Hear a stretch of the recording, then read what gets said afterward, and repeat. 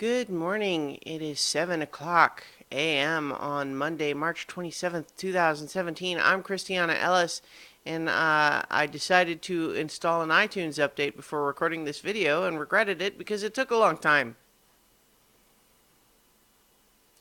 How are you guys doing? I had a weird anxiety dream last night. Not an especially intense one or anything. I didn't wake up in a cold sweat or anything like that, but uh, I don't frequently remember my dreams, and so it's always a little bit unusual when I do. And in this particular case, uh, I was taking a quiz of some sort. What kind of school I was in seemed undefined, and it basically involved studying a particular installment of a magazine of unknown subject matter. Um, and basically answering questions about the contents, but there was definitely this sense of being, you know, anyone who's kind of, I don't know. I've thought a lot about dreams in the past, and one of the things that I find interesting is that things like reading are very difficult to do in dreams because your brain would obviously be what's filling in the content of whatever it is that you see, but it's, the way that our brains actually read in real life doesn't play well with the idea of it's like having a conversation with yourself in some ways.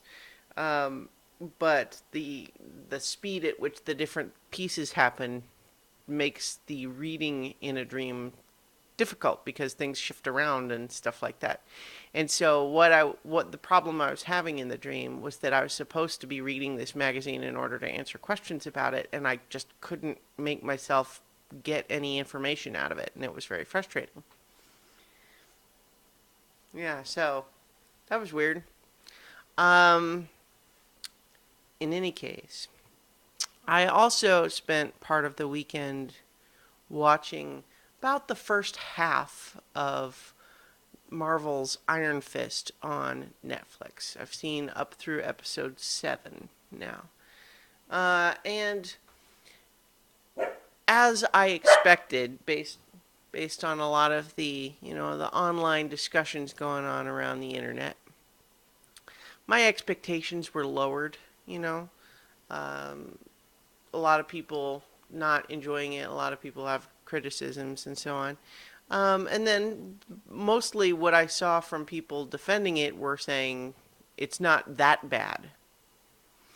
And the thing is, when you say it's not that bad, I mean, that's relative, right? It's based on what your expectations are. It can also be based on how much you are predisposed to decide in advance that you like something even before you watch it, and then are therefore feeling like if you've decided in advance that you want to like it, or that some criticism of it pushes a button for you in some way, you might put yourself in a position where you feel obligated to defend it for reasons that might not even really be entirely connected to what you personally thought of the show. But in any case, what I would say in terms of my own watching of the first half is that it is my least favorite of the Marvel Netflix series by a fair margin.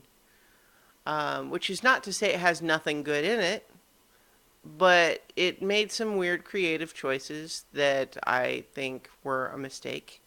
And it's very slow paced. And the fight choreography is not the best, which is a shame for a show that is ostensibly all about the world's greatest kung fu fighter.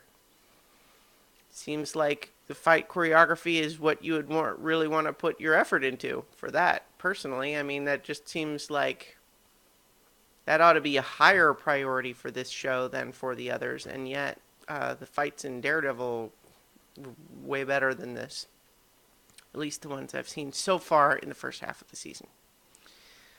Also, they seem to be keeping profound elements of the main character's backstory a secret from the audience, which I think is kind of dumb from a storytelling perspective, because it makes it difficult for us to root for him if we don't know what he's actually thinking or feeling about anything.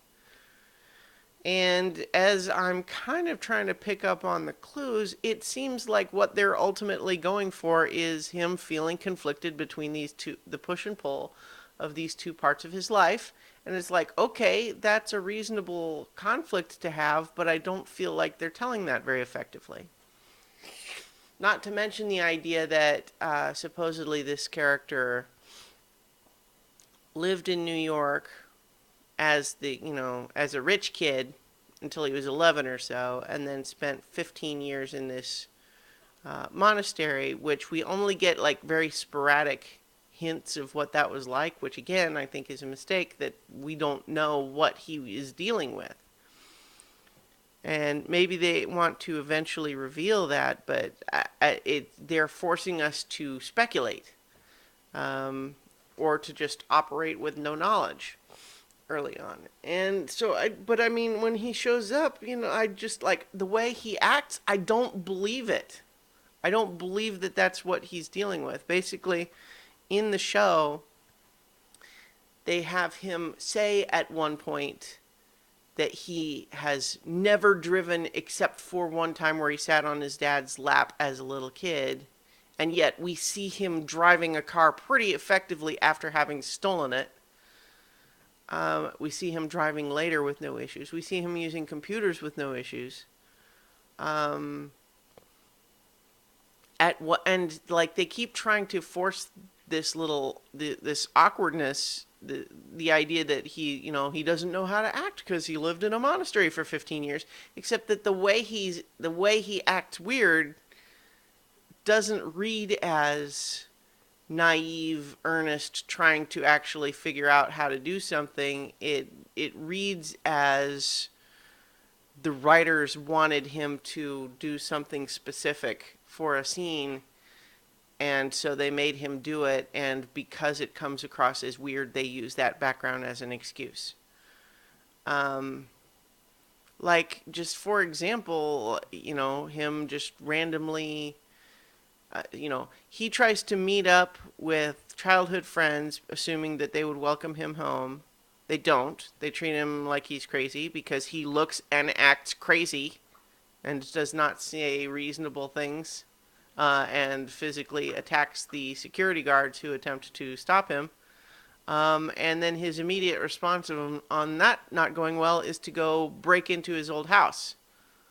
And then, just in terms of storytelling making any sense, when he is later invited into that same house, we know he's already been there. We watched it happen in an earlier episode, and yet he comes in and starts looking all around the foyer like, oh, wow, what a neat place this is. Oh, hey, look at this neat little statue you got here. And he starts playing with it, and it's supposed to be all, like, adorable and naive, except we're thinking, like, dude, you've been here already.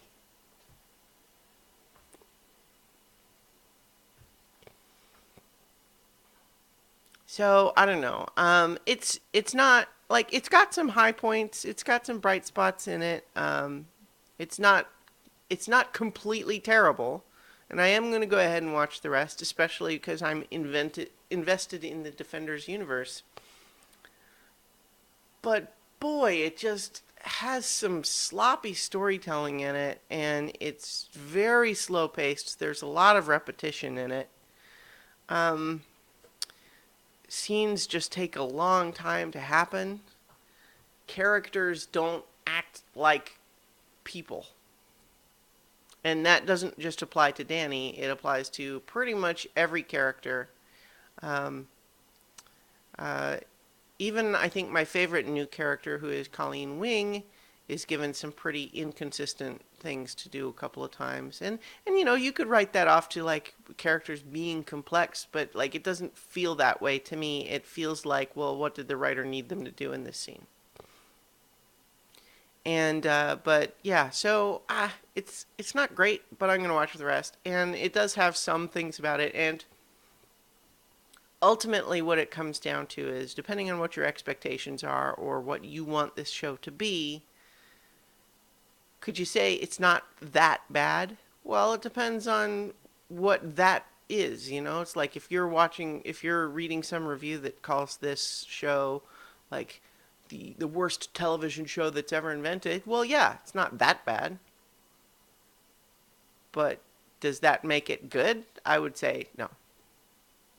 So, it has good things in it that are kind of few and far between, and it makes you wait through a lot of boring stuff to get to them. So, that's my take so far, and I will talk to you guys tomorrow for 5 more minutes.